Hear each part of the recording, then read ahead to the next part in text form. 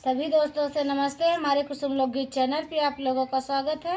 सुनैना देहाती official channel पे आप लोगों का स्वागत है। कुसुम ऑफिशियल चैनल पे आप लोगों का स्वागत है। 3 चैनल है, तीनों चैनल पे आप लोगों का स्वागत है। आइए हम तीनों सहेली बहुत प्यारा सा गीत सुनाने चल रही हैं। गीत अच्छे लगे लाइक सब्सक्राइब करें, कमेंट में बताइए। देखा सुनैना अपन दुल्हा कैसन बोलावत हन कि रसवा लैला बालम नाई जाबई चली। अल्लाह अल्लाह अगुआ आइबे तब वही रच के रस ले रच के हो लिए खेल ले मजा नहीं आए।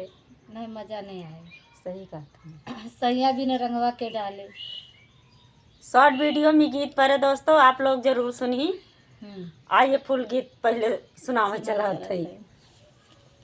एक ने गुलवा में 3 कली रसवा लैला बालम जाबई चली। रसवा लैला बालम जाबई चली। अरे जाबई चली हो राजा जाबई चली। रसवा लैला बालम जाबई चली।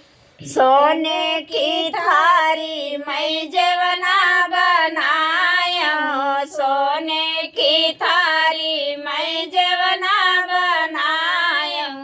एक ने बुलवा में 3 कली जवना जैला बलमुआ जाबई चली। जवना जैला बलमुआ जाबई चली। एक ने बुलवा में 3 कली रसवा लैला बालम जाबई चली। रसवा लैला बालम जाबई चली। अरे जाबई चली हो राजा जाबई चली। रसवा लैला बालम जाबई चली। रसवा लैला बालम जाबई चली।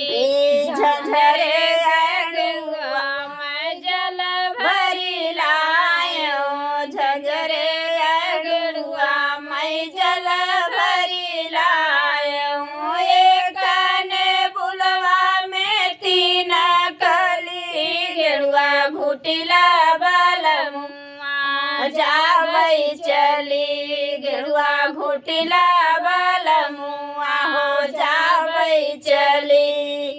एक ने बुलवा में 3 कली रसवा लैला बालम जाबई चली। रसवा लैला बालम जाबई चली। अरे जाबई चली हो राजा जाबई चली। रसवा लैला बालम जाबई चली। रसवा लैला बालम जाबई चली। फूला लोरिया लोरी से जाला गायो। फूला लोरिया लोरी से जाला गायो।